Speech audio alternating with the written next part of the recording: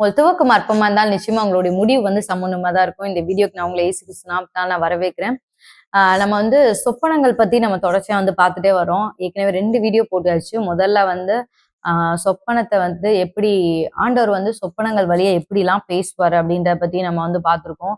அதுக்கப்புறம் ஒரு 10 சொப்பனங்களுக்கான அர்த்தம் வந்து நம்ம வேத வசனத்தோட நம்ம வந்து பார்த்தோம். இன்றைக்கு வந்து ஒரு காமனா வர ஒரு 50 ட்ரீம்ஸ்க்கா நம்ம வந்து டக் டக்குன்னு வேகமா நம்ம வந்து பார்க்க போறோம்.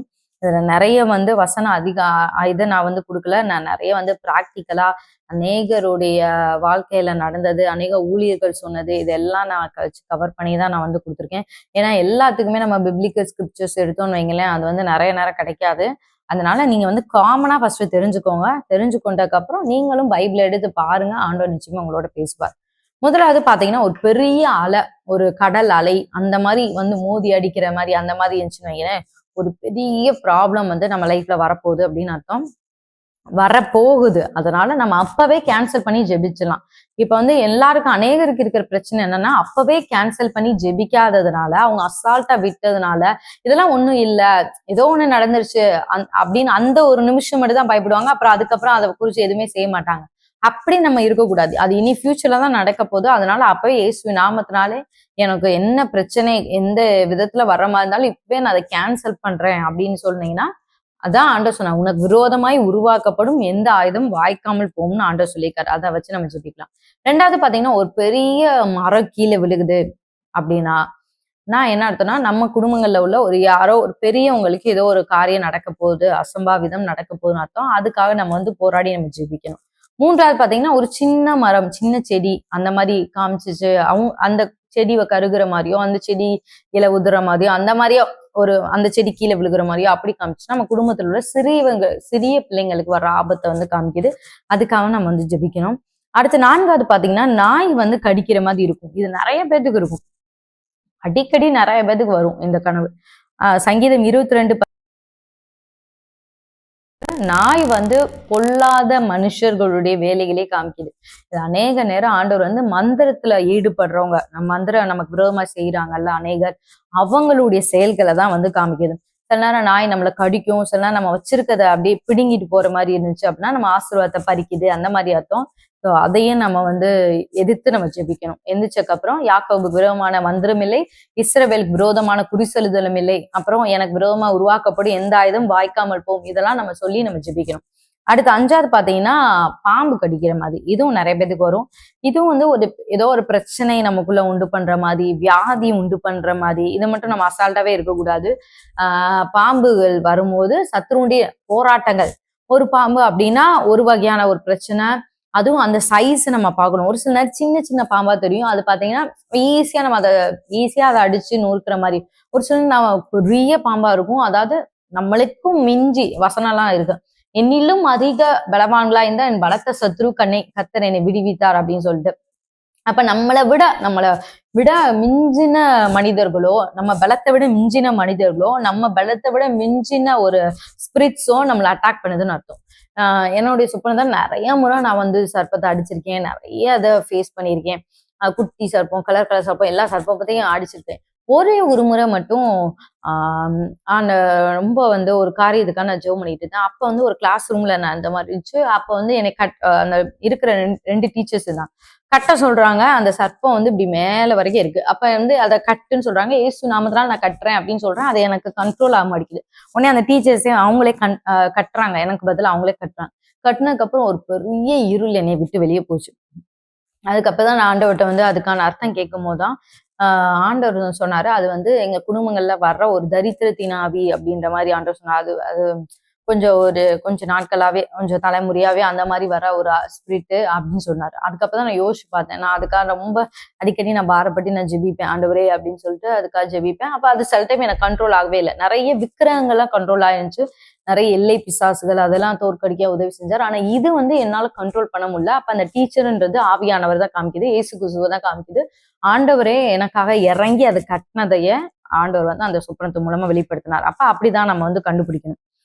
அதுக்கடுத்து 6வதா பாத்தீங்கன்னா பூனைகள். இந்த பூனையெல்லாம் அப்படியே வர்ற மாதிரி இருக்கும். 1, 2 பூனை நம்மள வீட்ட சுத்தி வர மாரி இருக்கும். வீட்டுக்குள்ள அப்படியே வர மாரி இருக்கும். இதெல்லாம் வேவ் ஆவிகள். பூனைகள் வந்து வேவ் ஆவிகள். இரவு நேரத்துல செயல்படுற அந்த சூனிய ஆவிகள்னு சொல்லலாம். 7வது பாத்தீங்கன்னா, ஒரு இறந்த வீட்டுக்கு நம்ம போறோம். ஒரு ஃபியூனரல் இது மாரி நடக்குதுன்னா, ஏதோ ஒரு விஷயம் நம்ம நெ நெஜ நெஜ இறப்பையும் ஆண்டவர் வந்து முன்னாடி வெளிப்படுத்தலாம். இல்ல அப்படின்னா, ஏதோ ஒரு விஷயம் நம்ம வாழ்க்கையில மரிக்கிற ஒரு சூழ்நிலை. அதாவது உயிர் இல்லாத ஒரு தன்மை. உயிரோடே இருந்தாலும் அந்த லைஃப் வந்து என்ஜாய் பண்ண முடியாம ஒரு உயிரற்ற ஒரு தன்மை இல்லைன்னா ஆத்தும மரணம். சத்ரு நிறைய நேரம் நம்மகிட்ட கொண்டு வர்றது ஆத்தும மரணம். அந்த ஆத்தும மரணத்துல இருந்து ஆண்டவர் நம்மளை தப்பு வைக்கணும் அப்படின்னு சொல்லி நம்ம ஜெபிக்கலாம். குறிப்பிட்ட யாராவது ஃபேஸ் தெரிஞ்சுன்னா அவங்களுக்கு எந்த காரியமும் நடக்கக்கூடாது அப்படின்னு நம்ம ஜெபிக்கலாம். அடுத்து வந்து 8வது வந்து இறந்த மனிதர்களை வந்து கனவுல பாக்குறது. இது வந்து நம்ம இறந்த மனிதர்ல பொதுவா நம்ம வந்து பார்க்கவே கூடாது. அதாவது இப்ப ஆண்டவரை ஏசப்பாவே பாத்தீங்கன்னா மோசே எலியா என்பவரோடு பேசுகிறவராக காணப்பட்டார் அப்படின்லாம் இருக்கும். மகிமேல போன அந்த மாதிரி மனிதர்களை நம்ம பார்க்கலாம். ஆபிரகாம் பார்க்கலாம், தாவீதை பார்க்கலாம், அந்த மாதிரி நம்ம பார்க்கலாம். ஆனா நம்மளுடைய ரீசெண்டா நம்மளுடைய யாரோ இது பண்ணா அதை வந்து நம்ம கேன்சல் பண்ணி ஜெபிக்கிறது ரொம்ப நல்லது. அந்த ஒரு இறந்த ஒரு மனிதர்கள் மூலமா அந்த உருவத்தை காட்டி சத்ரு நம்மளை ஏமாத்தாதபடிக்கு நம்ம கேன்சல் பண்ணி ஜெபிக்கிறது நல்லது. அடுத்து 9வது பாத்தீங்கன்னா ஒரு காட்டுக்குள்ள தொலைஞ்சு நிக்கிற மாதிரி ரோடு. அடுத்து நான் போற பாதை தெரியாத மாதிரி இருக்கிறேன்னா நம்ம வழி தெரியாம போய்கிட்டு இருக்கோம் அப்படின்னு அர்த்தம். ஒரு ஆபத்துல இருட்டுக்குள்ள ஒரு இருக்கும் அப்படின்னு அர்த்தம். அப்ப நம்ம அந்த இடத்துல நம்ம கேட்கணும், ஆண்டவரே நான் உனக்கு முன்னே போய் போன நாள்களே செவியாக்குவேன்னு சொன்னீங்களே, எனக்கு வழியை காட்டுங்க நம்ம கேட்கணும். அடுத்து 10வது பாத்தீங்கன்னா நம்ம போனை வந்து தொலைக்கிற மாதிரி. போன் வந்து நமக்கும் ஆண்டவருக்கும் உண்டான ஒரு கம்யூனிகேஷன், ஒரு தொடர்பு. இந்த இந்த தொடர்பே பிசாசு வந்து திருடிட்டான் இல்ல நம்ம தொலைச்சிட்டோம்னு வைங்களேன், நம்ம ஆண்டவருடைய சத்தத்தை வந்து கேட்க முடியாது. இப்ப ஒரு கம்ப்யூட்டர், ஒரு லேப்டாப் இதெல்லாம் திருடுனா நம்மளை பத்தின இன்ஃபர்மேஷனை சத்ரு திருடுறான்னு அர்த்தம். அதாவது நம்ம வேவ் பார்த்துட்டு இருக்கான்னு அர்த்தம். அந்த மாதிரி இது நம்மளை திருடுறது அந்த மாதிரி. அடுத்து 11வது பாத்தீங்கன்னா நம்மளோட ட்ரெஸ்ஸை வந்து நம்ம இழந்துட்டோம் அப்படின்னா நம்மளுடைய மகிமையை வந்து பறிச்சுட்டாங்க அப்படின்னு அர்த்தம். இப்போ ஒரு ஷூ நம்ம காலில் வந்து செப்பலே இல்லை அப்படின்னா ஒரு ஆயத்த ஒரு நிலை. நான் வந்து இப்ப செப்பல் போடுறேன் அப்படின்னா ஒரு இடத்துக்கு நான் போறேன்னு அர்த்தம். ஒரு லெவலுக்கு நான் போறேன். அந்த இடத்துல நான் செப்பலை மிஸ் பண்ணிட்டேன்னு வைங்களேன், என்னுடைய ஆயத்தத்தை குலைக்கிற மாதிரி ஒரு சூழ்நிலை வந்து வருது. அடுத்த ஸ்டெப் நான் எடுத்து வைக்க முடியாது என் லைஃப்ல. அந்த மாதிரி ஒரு சூழ்நிலை வருது அப்படின்னு அர்த்தம். அடுத்து 12வது பாத்தீங்கன்னா ஒரு குழியில விழுகிறது, இல்லைன்னா பெரிய ஒரு பள்ளத்துல விழுகிறது. அதுனா ஒரு பெரிய பிரச்சனையில விழுகிறது. பெரிய உயரத்துல இருந்து விழுந்தோம்னா பெருசா நம்ம வந்து அடிபட போகுதுன்னு அர்த்தம். சின்ன உயரத்துல இருந்தாலும் சின்னதானாலும் ஒரு பிரச்சனைனாலும் நமக்கு ஒரு சில காயங்கள் வரப்போகுது அப்படின்னு அர்த்தம். அதையும் நம்ம கேன்சல் பண்ணி நம்ம ஜெபிக்கணும். அடுத்து 13வது பாத்தீங்க அப்படின்னா யாரோ துரத்துற மாதிரி. துரத்துறதுன்னா நம்ம ஏற்கனவே முன்னாடியே போன டைமும் அந்த இது நம்ம பார்த்திருக்கோம். ஓடுறத பத்தி நம்ம பார்த்தோம். அதாவது நம்ம முன்னாடி வழிபட்ட விக்கிரகங்கள் துரத்தலாம், எல்லை ஆவிகள் புதுசா ஒரு வீட்டுக்கு போனா என்ன எல்லை ஆவிகள் துரத்தலாம், மந்திர சூனி ஆவிகள் துரத்தலாம், நிறைய ஸ்பிரிட் வந்து துரத்தும். அது எந்த ஆவின்றத நம்ம கண்டுபிடிக்கணும். அதுதான் முக்கியம். ஆஹ் ஆண்டவருடைய வசனம் சொல்லுது, உனக்கு விரோதமா ஒரு வழியாய் வருவார்கள், 7 வழியாய் ஓடி போவார்கள் இருக்கு. அந்த மாதிரி வார்த்தையெல்லாம் நீங்க எடுத்து நீங்க காலையில எந்திரிச்சு அதை காலையில எந்திரிச்சு இல்ல, அப்பவே நீங்க வந்து கேன்சல் பண்ணி ஜெபிக்கணும். அப்பவே தூக்கத்துல இருந்து எந்திரிச்சு நீங்க கேன்சல் பண்ணி ஜெபிக்கணும். 14வது பாத்தீங்கன்னா ஒரு ஸ்கூல்ல உட்கார்ந்து நம்ம படிக்கிற மாதிரி இருந்துச்சுன்னு வைங்களேன், அது வந்து ஆவிக்குரிய உலகத்துல ஆவியானவருடைய ஸ்கூல்ல நம்ம உட்கார்ந்துருக்கோம். ஏன்னா பரிசுத்த ஆவியானவர் நம்ம கற்று தருகிற ஆவியானவர், அதுல நம்ம லேர்ன் பண்ணிட்டு இருக்கோம் அப்படின்னு வந்து அர்த்தம். ஆனா 15வது பார்த்தோம்னா ஒருவேளை அந்த ஸ்கூல்ல இருந்து நான் வெளியவே வர முடியல, எனக்கு எல்லா பக்கமும் பிளாக் ஆயிருக்கு அப்படின்னா இது வந்து நான் நம்ம ஸ்கூல் படிச்ச காலத்துல இருந்து அதாவது எனக்கு ஒரு முன்னேற்றம் இல்லாத ஒரு நிலைமையை வந்து காமிக்குது. நான் இப்ப 2010ல தான் வந்து 10th முடிச்சேன். அப்ப நான் அப்ப உட்கார்ந்து மாதிரியே இப்ப உட்கார்ந்துருக்கேன். நான் வெளியே வர முடியல. அதே கிளாஸ் ரூம் அதே இது அந்த சினாரியோ அப்படியே இருந்துச்சு அப்படின்னா என் வாழ்க்கையில ஒரு 15 வருஷமா எந்த ஒரு முன்னேற்றமே இல்லை. நான் பழைய காலத்திலே இருக்கேன் அப்படின்னு அர்த்தம். அதனால 2க்குள்ள டிஃபரன்ஸ் வந்து நம்ம நல்லா புரிஞ்சுக்கணும். அடுத்து 16 பாத்தீங்கன்னா முடியெல்லாம் கீழே விழுகிறது. முடி வந்து மகிமையை காண்பிக்குது, ஆண்டவருடைய தயவை காண்பிக்குது. அதெல்லாம் கீழே விழுகிற மாதிரி இருந்துச்சுன்னா அதையும் நம்ம வந்து எதிர்த்து வந்து ஜெபிக்கணும். அடுத்து 17வது பாத்தீங்கன்னா ஏதோ ஒண்ணு பிறக்கிறத பத்தி, புதுசா செடி முளைக்கிறது, இல்ல ஏதோ ஒண்ணு புதுசா ஒரு புது பிறப்பு அப்படின்னா நியூ பிகினிங்ஸ், புதிய ஆரம்பத்தை வந்து குறிக்குது. அடுத்த 18வது பாத்தீங்கன்னா பாலைவனமா இருக்கு, ரொம்ப ட்ரையா இருக்கு அப்படின்னா நம்ம ஆவிக்குரிய நிலைமை ரொம்ப வந்து ட்ரையா இருக்கு. ஆண்டவர் வந்து நம்மளுக்கு வந்து தண்ணீர் பாய்ச்ச சொல்றாருன்னு அர்த்தம். இன்னும் தாகம் உள்ளவன் என்னிடத்தில் வரக்கடவன் ஆண்டவர் சொல்லியிருக்காரு. இன்னும் நம்ம ஆண்டவர்கிட்ட நெருங்கணும்னு அர்த்தம். அடுத்து 19 பாத்தீங்கன்னா புறா. புறா வந்து பரிசுத்த ஆவியானவர் குறிக்குது. 20 பாத்தீங்கன்னா யார்கிட்டயாவது இந்த மணி நம்ம பணம் வாங்குறது, இல்லன்னா பணம் காணாம போகிறது. பணம் வாங்குறதுன்றது ஒரு ஆசீர்வாதம் நமக்கு பக்கத்துல வரப்போகுதுன்னு அர்த்தம். பணம் கையில இருக்க பணம் வந்து காணாம போகுது அப்படின்னா நம்ம வாழ்க்கையில பொத்தல் பை இருக்குன்னு அர்த்தம். நம்ம என்னதான் சம்பாதிச்சாலும் பணம் வந்து கையில இல்லாம போய்க்கிட்டே இருக்கு அப்படின்னு அர்த்தம். அடுத்து 21 பாத்தீங்கன்னா வாமிட் பண்றது. வாமிட் பண்றதுன்றது ஒரு நல்ல ஒரு இதுதான். ஏன்னா ஒரு விடுதலைக்கான ஒரு அடையாளம். ஒரு சில பேர் வந்து நிறைய விஷயங்கள் வாமிட் பண்ணுவாங்க. பிளட்டு, இல்லைன்னா பாம்பு, இல்லைன்னா எதோ ஹேர் மாதிரி நிறைய விஷயம் வாமிட் பண்ணுவாங்க. எந்த வகையான ஒரு வாமிட் வந்தாலும் நீங்க ஏதோ ஒரு காரியத்துக்கு விடுதலைக்காக ஜெபம் பண்ணிட்டு இருப்பீங்கல்ல, அந்த காரியத்துல இருந்து ஆண்டவர் விடுதலை தராருன்னு அர்த்தம். ஏதோ ஒன்று வாயில இருந்து நம்ம பிடுங்கி எடுக்கிற மாதிரி இருந்தாலும் அதுவும் ஒரு நல்லதுதான். ஆண்டவர் நம்மளுடைய வாழ்க்கையில ஒரு பெரிய டெலிவரன்ஸ் கொடுக்குறான்னு அர்த்தம். அடுத்து 22வது பாத்தீங்கன்னா தேவ ஊழியர். ஊழியரை நம்ம பார்த்தோம் அப்படின்னா அது ஆவியானவரை குறிக்குது. இல்லைன்னா ஆண்டவரே நம்ம குறிக்குது. ஆண்டவர் நம்மகிட்ட டைரக்டா வந்து இன்ஸ்ட்ரக்ஷன் கொடுக்குற மூலமாக அநேக நேரம் தேவ ஊழியருடைய முகத்தை காண்பிதான் இன்ஸ்ட்ரக்ஷன் வந்து கொடுப்பார். அடுத்து 23 பாத்தீங்கன்னா ஒரு நல்ல பிரகாசமான ஒரு இடம், ஒரு சூரியன், ஒரு கடற்கரை, அந்த மாதிரி ஒரு இடம், சூரியன் உதிக்கிற இடம், இதெல்லாம் வந்து ஒரு வெளிச்சம். கடற்கரையெல்லாம் பாத்தீங்கன்னா நம்ம அவ்வளவு நேரம் கடல் ஜேர்னி பண்ணிட்டு வந்து கடல்ல பயணிச்சுட்டு வந்து ஒரு இடத்துல ரிலாக்ஸா இறங்குவோம் பாத்தீங்களா, அந்த கரைக்கு வந்து சேருதல், இதெல்லாம் ஒரு நல்ல ஒரு சொப்பனம். அது வந்து ஒரு நல்ல சொப்பனம். 24 பாத்தீங்கன்னா ஃப்ரூட்ஸ் வெஜிடபிள்ஸ் இதெல்லாம் சாப்பிட்றது வந்து ரொம்ப நல்லது. அதுலயுமே நம்ம ஒன்னே நோட் பண்ணோம் என்னன்னா, ஃப்ரூட்ஸ் வந்து நல்லா பழமா இருக்கணும். பழமா இருந்தாதான் நம்மளுடைய சீசன் வந்து வந்துருச்சு. நம்மளுடைய அந்த ஃப்ரூட்ஃபுல் சீசன், நல்லா கனி தருகிற காலத்துக்குள்ள நம்ம வந்துட்டோம் அப்படின்னு அர்த்தம். காயா இருக்கிற மாதிரி நம்ம வந்து சாப்பிடக்கூடாது. காயா இருக்கிற மாதிரி அந்த மாதிரி இருக்கக்கூடாது. அப்படின்னா நம்ம சீசன் இன்னும் வரல அப்படின்னு அர்த்தம். நல்லா பழமா இருந்தாதான் நம்மளுடைய சீசன் வந்துருச்சுன்னு அர்த்தம். அடுத்து 25 பாத்தீங்கன்னா யாரோ ஒருத்தவங்க நம்ம மேல துப்பாக்கி வந்து சுடுற மாதிரி இருந்துச்சு அப்படின்னா மனிதர்களால ஒரு போராட்டம் வரப்போகுது அப்படின்னு அர்த்தம். அந்த துப்பாக்கி சூட்டுக்கு நம்ம பலி ஆயிட்டோம், அது வந்து என்னை தாக்கிருச்சு அப்படின்னா கண்டிப்பா அது நிமித்தம் எனக்கு ஒரு பெரிய மனவேதனையோ ஏதோ ஒண்ணு வரப்போகுதுன்னு அர்த்தம். இப்ப வந்து துப்பாக்கி சில நேரம் சுடும் போது நம்ம எஸ்கேப் ஆயிருவோம்.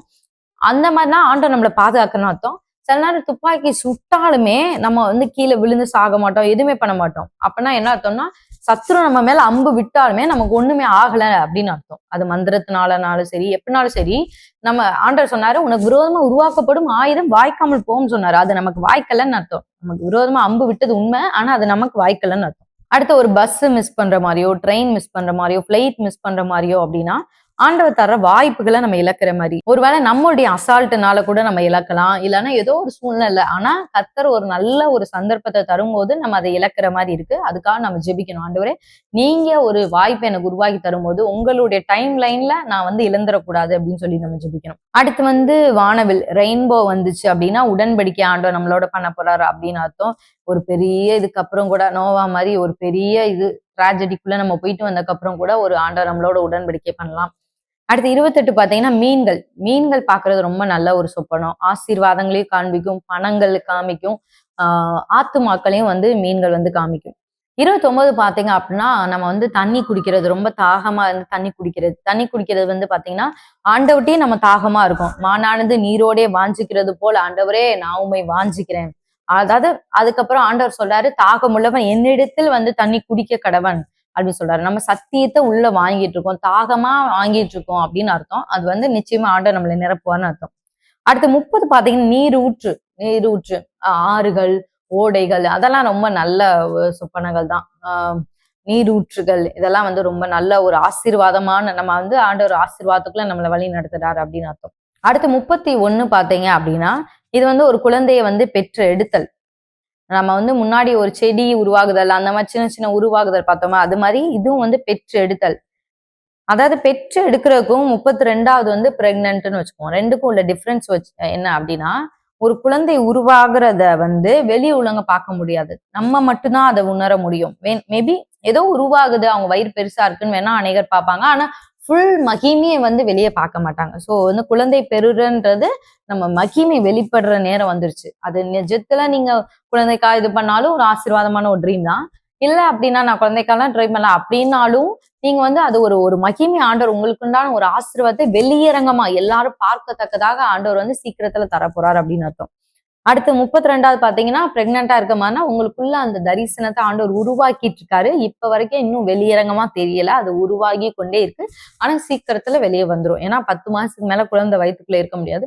ரொம்ப நாள் அந்த தரிசனம் இருக்காது. நிச்சயமா சீக்கிரம் வெளியே வரப்போகுது அப்படின்றதுதான் அதுக்கான அர்த்தம். ஒரு வசனம் கூட இருக்குல்ல, குறித்த காலத்துக்கென்று தரிசனம் வைக்கப்பட்டிருக்கிறது, அது முடிவிலே விளங்கும் அப்படின்ட்டு இருக்கு. அது பொய் சொல்லாது, அது தாமதித்தாலும் காத்துரு, அது நிச்சயமாய் வரும் அப்படின்னு ஆண்டவர் சொல்றாரு. அடுத்து 33 பாத்தீங்கன்னா, நம்ம ஸ்கூல்ல உட்கார்ந்துருக்க மாதிரி, கிளாஸ் ரூம்ல உட்கார்ந்துருக்க மாதிரி, எழுதுற மாதிரி, யாரோ நமக்கு டீச் பண்ற மாதிரி இருந்துச்சுன்னா, ஆவியானவருடைய ப்ரோக்ராம்ல, ட்ரைனிங்ல நம்ம இருக்கிறோம்னு அர்த்தம். ஆவியானவர் நிறைய காரியங்கள் நம்ம சொல்லி கொடுத்து கொண்டு இருக்கிறாரு அப்படின்னு அர்த்தம். 34 பாத்தீங்கன்னா, கிரீடங்கள், செங்கோல்கள், அரியணைகள் இதெல்லாம் வந்துச்சுன்னா ரொம்ப நல்ல ஒரு இது. ஆண்டவர் நமக்கு ஒரு நல்ல அதிகாரத்தை, ஒரு நல்ல பவர், அத்தாரிட்டி வந்து நமக்கு தர்றாரு அப்படின்னு அர்த்தம். அடுத்து 35 பாத்தீங்கன்னா, ஹாஸ்டல் ரூம்ஸ் மாதிரி, ஜெயில் மாதிரி இருந்துச்சு அப்படின்னா, நம்ம வந்து ஒரு சிறையிருப்புல இருக்கோம் அப்படின்னு அர்த்தம்.